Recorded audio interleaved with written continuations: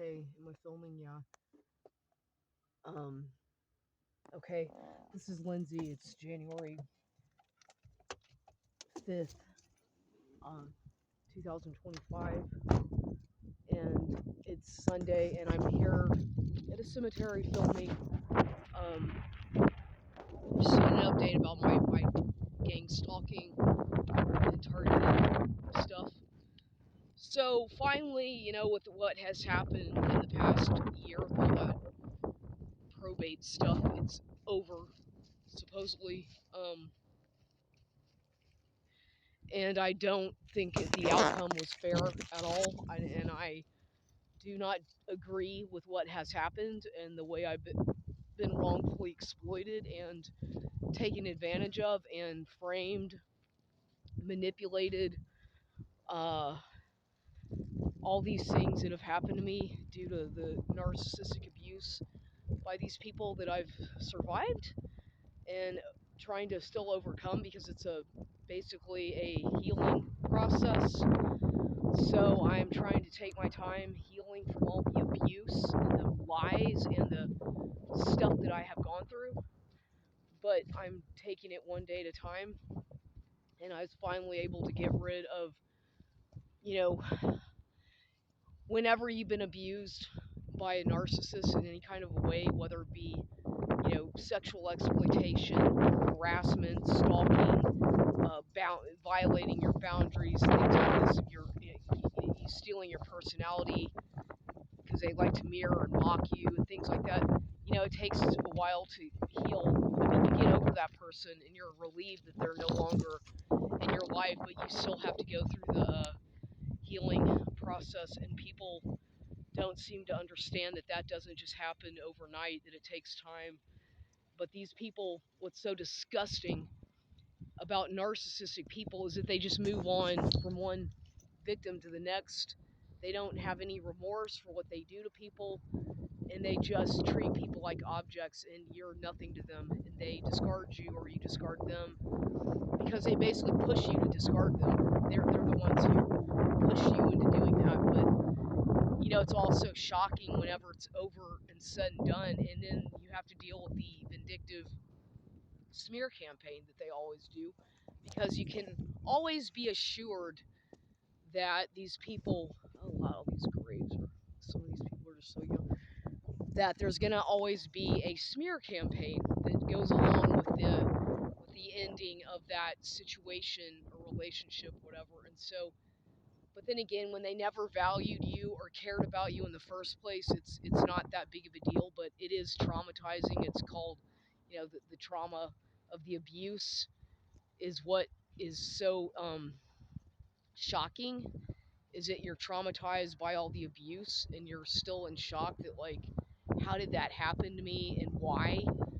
The questions of why me, and why did that person target me, and who's behind it, and all these questions. And in my case, as I've talked about in my other videos with that individual, that narcissist man, he clearly had been sent by some agency to fuck with me and to exploit me and harass me and monitor me and try to be a handler and use me in ways that were very horrible.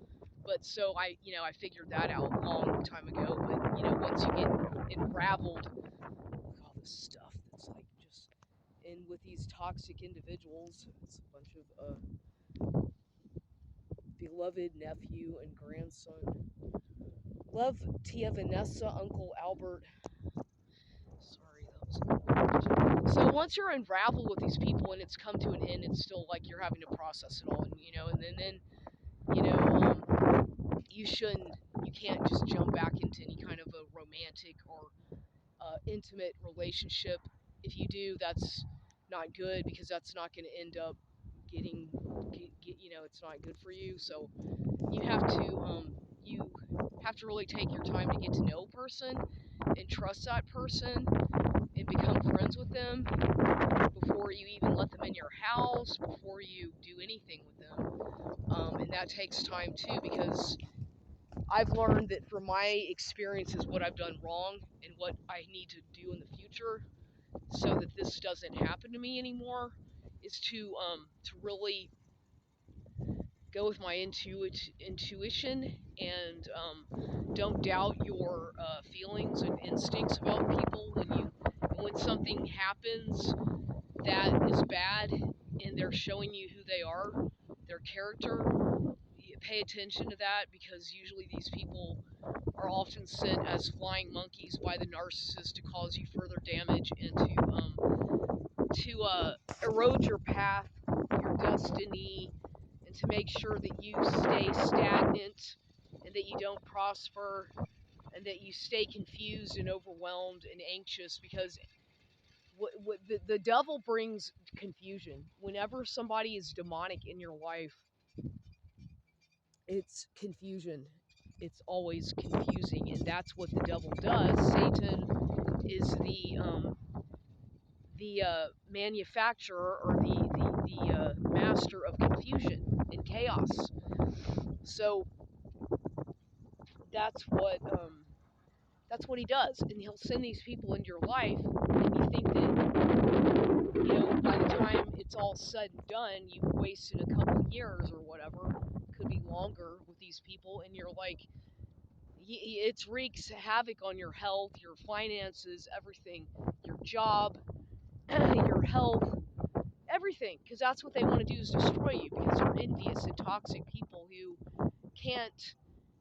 They want to compete with everything, and they want to always drag people down. And these kinds of people, it's like I've talked about before.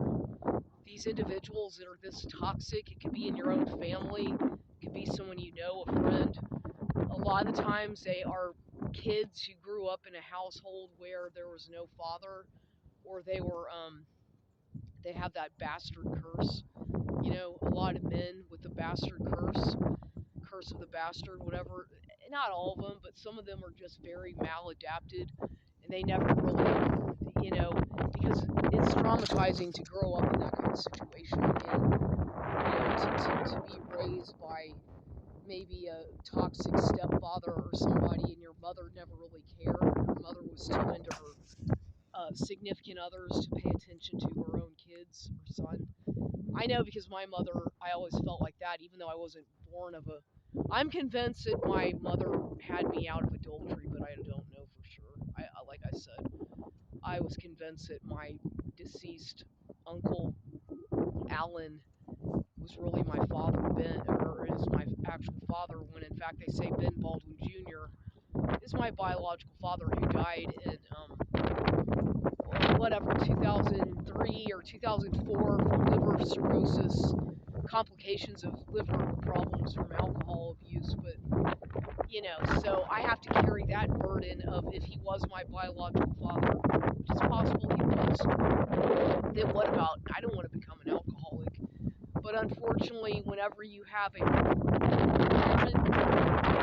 grandparent who died from alcoholism, or who was an alcoholic in your family, people tend to stigmatize you and assume that you yourself are going to become that way as well. And so you have that stigma that you have to carry with you, that you had a relative that died from alcoholism, and so people kind of assume, oh, you're a fuck up, you're an alcoholic, and you're gonna spend the rest of your life in rehab, or 12-step AA and this and the other. Well, you know what? I guess you could say I'm a professional fuck up. I'm not. I've gone through my bouts of drinking and experimenting with recreational, you know, drugs in the past, and I've learned that from my own experience. Now everybody's different, and to each his own. I don't really care what people do if they want to go that route, but I know that with me doing that stuff, especially as you get older, for me it doesn't do anything except like smoking marijuana or doing stuff like that, which it should be legalized. Me personally, I don't have any interest in it anymore. It doesn't have an effect on me anymore, so I don't do that stuff. And I try to stay away from anything that's just like drug related, illegal drugs, or I don't even know if marijuana is illegal. Is it legal or illegal? I don't know. I'm not sure in Texas if it's illegal or illegal, but nonetheless, it should be legalized, but I just still don't really care. I just feel like it just does nothing but causes more anxiety and problems in my life than I already have. So even drinking, I do that in small bouts, but even that just doesn't really. My therapy and my medicine is, like I said, going to the gym or coming here to cemeteries and walking around, making YouTube videos, doing research and artwork and things like that. Exploring the paranormal. I have a lot of hobbies, thank God, and I do have friends or people I associate with. I'm a loner, but I still have people I associate with. But it's not easy to find like-minded people who are kind of weird, like me, who like to go explore graveyards and who are into the things I'm into. But that's okay because I like being alone, and I'm used to being alone, and being alone is not a bad thing. But anyway, so yeah, so that whole back to this whole case thing, that probate thing is basically supposedly over, but I'm still being manipulated and basically kind of treated like I'm dumb. And I feel like now what's happened, and I'll go ahead and talk about this because why the hell not? Okay, I had been going to I talk about how I go to different gym locations once I get sick of one or something, whatever. I start getting so severely stalked or mobbed that I decide I don't want to go there anymore for whatever reason. And so things were getting to the point at that other location over there in what the fuck, Highway 78 Converse or something, that I was like, you know what? First of all, it was taking me pardon my language, too long to drive there. Too much fucking driving, too much stress, going to a whole nother city basically to go to the gym. And I was like, okay, this has got to stop. This is fucking crazy. Somebody's a skateboarder. And so I stopped going there, and I go to a different one now, which I've been going to for a bit, and it's so far okay. There's always going to be a few people who don't want me there, and they make that obvious. But the way I see it is, look, I'm a member of that gym. I don't have a specific location that I have to go to. I can go to any one that I want to with my membership, with the exception of like the medical center one, I think, and one other one, I think, called or something. But other than that, I can go to whichever one I fucking want to. So they can't throw me out of there. I pay the membership, and that's that. I've been going to a different one, and I'm okay there right now. It reminds me more of, I mean, it's smaller,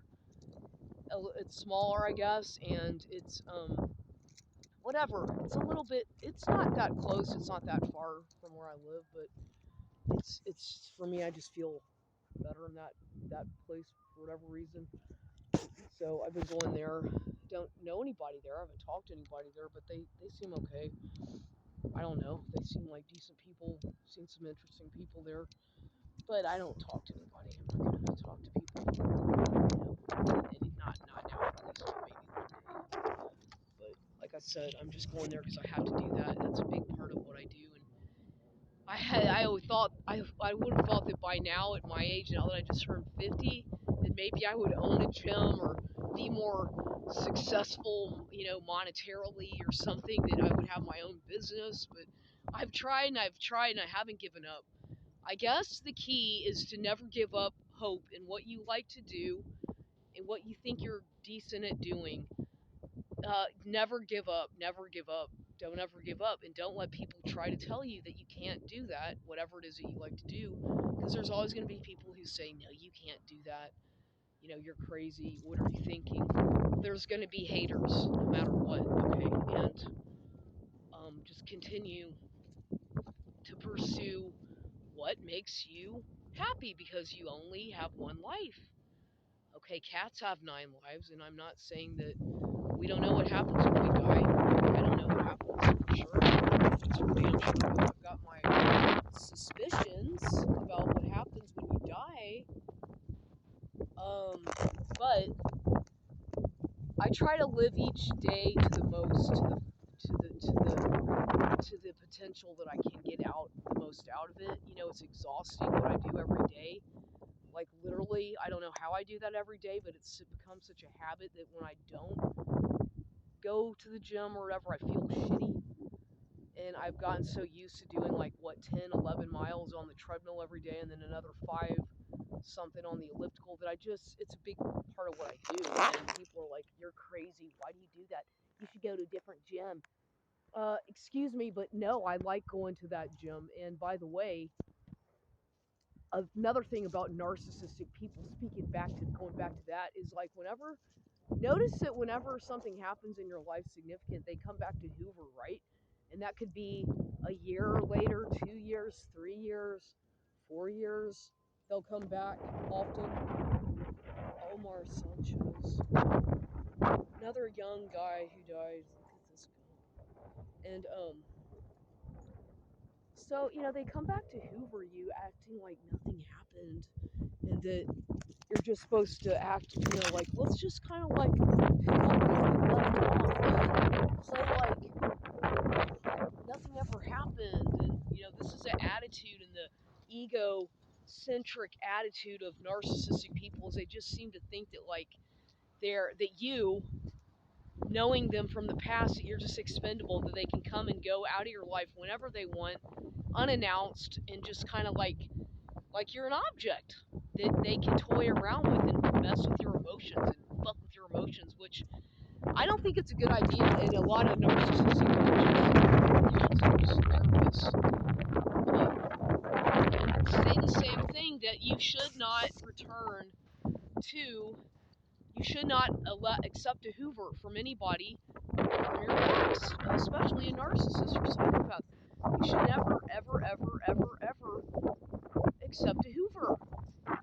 Now, why do they say that? Because usually, whenever they're coming back to Hoover you, no matter how many years or whatever, it's because they feel like there's unfinished business, perhaps, or they still want to fuck with your head. They still want to play games with you, and they're not gonna all of a sudden like okay, like people think that, oh, it's gonna be better this time. They're going to understand me, and they've changed, and I've changed, and no, you're still the same person, and so are they. You may have changed a little bit, your appearance or something, maybe something happened to you, but deep down, you're still the same person, and they know that. I just think it's fun to just recycle old girlfriends or boyfriends because they like to go into their harem garage and pick and choose people who they think, well, this person, and then they try to reevaluate what happened in that relationship, and well, it didn't end that bad, and I guess I can go back and let's see what this person says. And I mean, come on now. I'm talking to myself here because I have to coach myself about this one because it's very tempting. It's very tempting sometimes when these people all of a sudden reemerge into your life after a couple years, and it's like, they want to go out with you again. They call you, they text you, and it's like, well, I don't think that, when I really reevaluate what happened, I'm thinking, why would I want to go back to that and let you back into my life so that you can do it all over again, or so that I can be discarded all over again, or we can argue about stupid things because we don't agree on everything. And it's like, do you really want to do that all over again? Because when they don't respect you once, they're not going to respect you again. It's not like it's showing that they love you or care about you. It's because they want something from you. That's what they do. And it's like, I don't think it's a good idea because they're going to start abusing you even more psychologically. And they're going to start treating you more and more like an object, and you're going to regret that you let them back into your life. So I say, once the chapter's closed, it's closed. And that's the thing. It's like with me, an ex is an ex-boyfriend.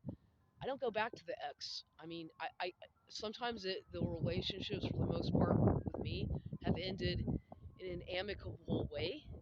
Amicable. Pardon my language. I can't say that word. in a good way. They didn't end in a bad, negative way. We parted ways, and that was that. But whenever something ends in a bad way, or you no closure, and you're left wondering what happened, and they just kind of leave you hanging and wondering and confused, and they were treating you badly whenever it did come to an end, and they just ghosted you. Well, those, and then they come back to hoover you a couple years later. That's where you have to really start to think that I don't know about that. That's I'm not sure. So I'm yeah. So that's happened to me, and I'm like, okay, now I'm not gonna fall for it. For example, one of these people I met, who I'm talking about in my personal situation, was someone who I met at the gym several years ago. They had confronted me at the gym one time, at the Gold's Gym on Crossroads in San Antonio, Goliad.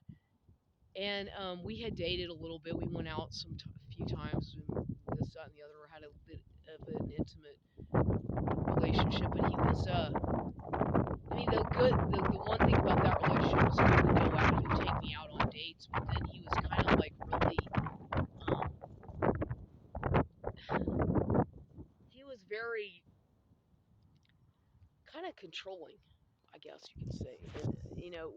Kind of really controlling and very critical of me in certain ways, and about my personality, and about things about me that were like, well, damn, making a big to do about the fact that I had candles, like Santo Muerte candles and stuff like that, calling me a Satanist. And I was like, dude, you don't even know me, just because I have candles, and I have rosaries, and I have crosses, and pentacles, which are Star of Saturn, by the way, as well. Doesn't just it's not I'm not a Satanist at all. Far from it.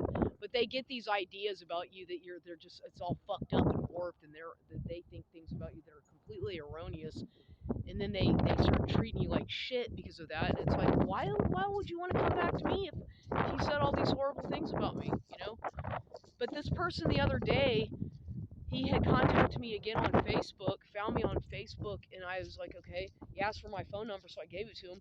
He had asked me out, and I was like, okay. And then I had to cancel because I was sick, and then I was thinking, I don't really think I want to go out with him again anyway, you know.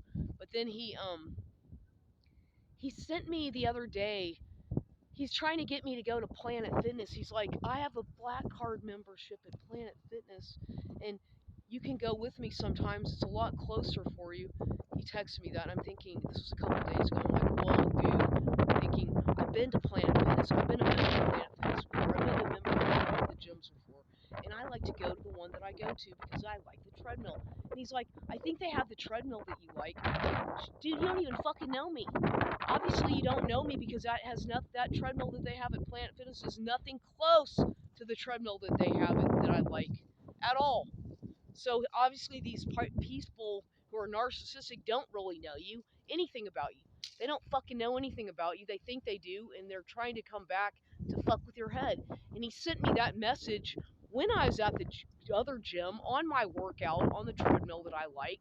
He sends me a picture of a Planet Fitness treadmill showing how many miles he had done and all, and like his calorie burn. I'm like, okay, dude, what's your point? Here we are, you're trying to compete with me, or trying to drag me down, or mock me. I'm thinking, because that was fucked up, you see. And that's what they do. That's why I'm saying, don't let them back into your life. Don't accept the hoover, because that's hoovering right there. And that person had some very narcissistic qualities. I'm not going to say he was a full-blown narcissist, but he indeed was not very nice in a lot of ways to me. And I would not want to go back to that kind of psychological, emotional abuse by anybody, because I respect myself. And if they don't respect you the first time around, don't expect it to be any different. That's the lesson that my goal for 2025 and on is to not ever let hoovering narcissistic people from your past come back to try to get back with you for whatever. No, no, no, no, no. No, don't even be friends with them. I mean, why would you want to be? Why do people want to hang on to their exes? You have to start over and start new and let go of the past. And because people can't do that, they hang on to their past like it's a dear lifeboat raft that they can't let go of. And there's plenty of people out there that you can meet other people. You don't have to go back to somebody from your past who didn't treat you well. So don't do it. Don't do it, is my opinion. If you really want to move on and get over those kinds of people who abuse you in any kind of way, then don't go back to them. Don't go back to the past. Relationships that are over. Bury it, and that's it. Done deal. That's what I say. And that's the way you have to heal from abusive situationships or relationships. So there. It's a new year. I feel better. I'm going to be better. I'm thinking, and I'm not going to let people drag me down anymore. Today's my birthday. I deserve to be happy. I deserve to be successful. And if I think positively, maybe these things will happen to me. And that's it. I'm not going to let negative people drag me down. Keep it yourself. If you don't like me or you have something going on, then keep it yourself and don't